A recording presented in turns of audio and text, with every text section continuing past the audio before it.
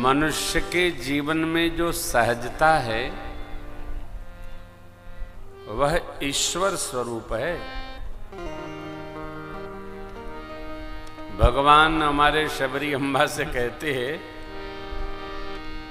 शबरी जी मम दर्शन फल परम अनूपा, जीव पाव निज सहज स्वरूप। ये सहज स्वरूप क्या है? तो जो वो है वह स्वरूप उसको प्राप्त हो जाता है। हम आप क्या हैं? ईश्वरांश हैं,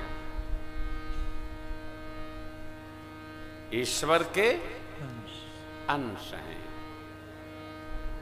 जब हम आप ईश्वर के अंश हैं तो हम अपनी सहजावस्था में जब जाएंगे तो ईश्वर सदृश हो जाएंगे।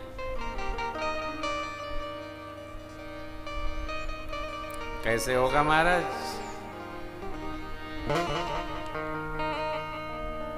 तीन गुण हैं, सात्विक, राजसिक और तामसिक। सत रज तम तीन गुण हैं। अब हम अंतिम वाले की चर्चा नहीं करेंगे, दो की चर्चा करते हैं आपसे। जीवन में जितना भजन रहेगा, भगवत स्मरण रहेगा, सात्विक वृत्ति रहेगी, परमात्मा स्मरण रहेगा, भगवान में भाव रहेगा, उतना जीवन में सहजावस्था उपस्थित रहेगी। और जितना राजस भाव बढ़ता जाएगा उतना सहजता घटती चली जाएगी। ये क्या है?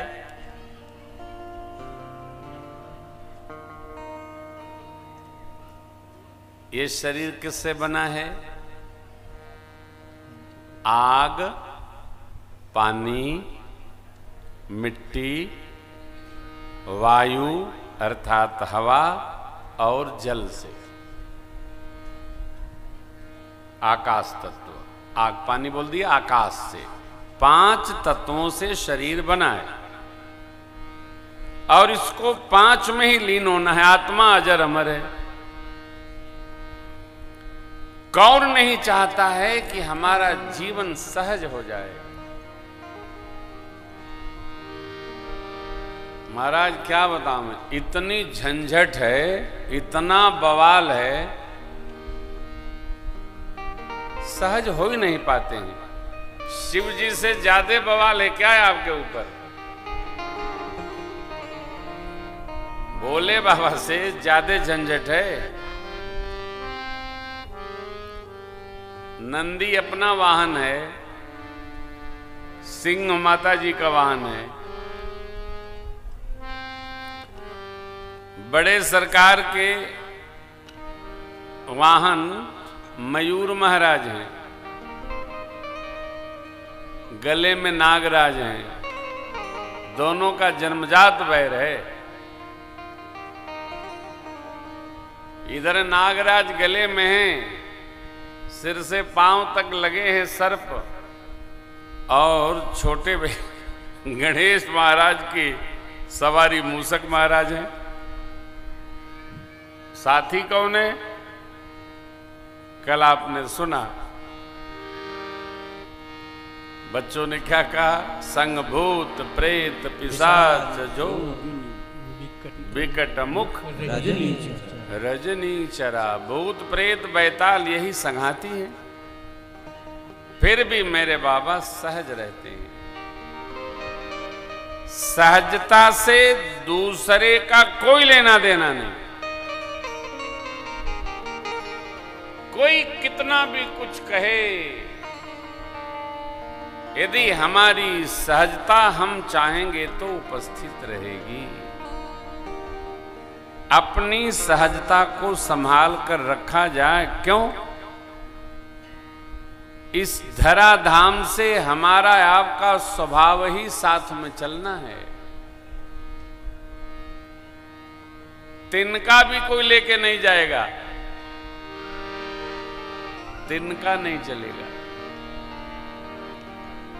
शिव बाबा शांत, जटा मुकुट सुर सरित सिर, लोचन नलिन नीलकंठ लावण्य निधि,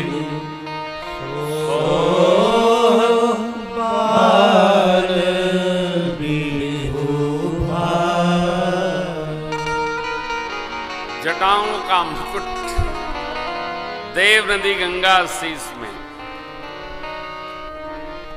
नेत्र दिव्य, साधना की दिव्यता नेत्र में दृष्टिगोचर होती है। देवताओं ने प्रार्थना करके विष पान करा दिया है।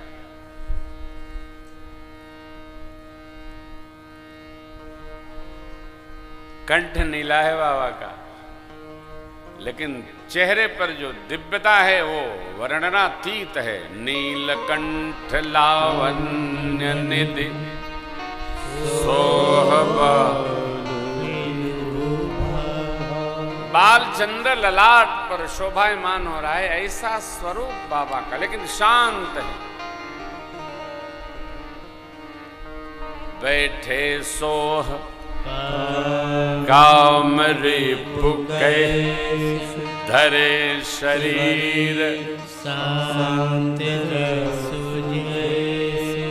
शांत। पहली बात सहजता जीवन में आवे, दूसरी बात शांत जीवन जिया जाए, अशांत नहीं।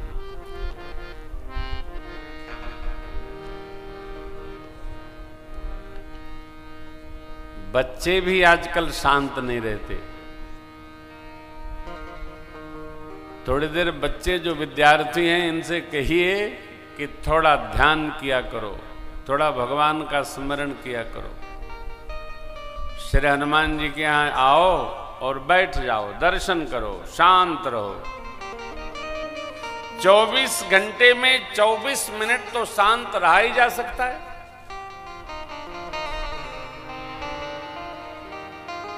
प्रयास करें कि शांत रहे।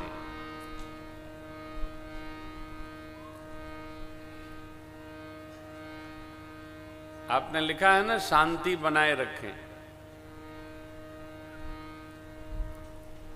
हम नहीं लिखने देते।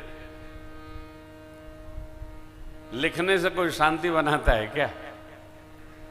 जहां लिखा है कृपया शांत रहें, वहां इसका अर्थ हुआ कि बहुत लोग शोर करते हैं, तभी लिखना पड़ता है शांत रहें। अरे आप अशांत रहिए, क्या अंतर होना है? ये लिखा पढ़ी की बात ठीक नहीं है। मेरी आप सबसे ये प्रार्थना भी है और आग्रह है कि 24 घंटे में 24 मिनट शांति से बैठने का अभ्यास करो। बैठो। जब शांत होकर बैठेंगे तो अपने हृदय में नाना विधि भगवत भाव, जीवन के अपने कर्म अकर्म विकर्म क्रियमाण संचित प्रारब्ध, इनका स्मरण करेंगे। मनुष्य सर्वकाल दूसरों के बारे में सोचता है, ये उसकी भूल है। कुछ देर अपने बारे में भी सोचा करो। अपने बारे में जीव सोचता नहीं है, और जो अपने बारे में सोचता है उसी के जीवन में सहजावस्था आती है, उसी के जीवन में शांति आती है। प्रयास करो, अपने बारे में थोड़ा सोचो। शांत रहना एक तपस्या है।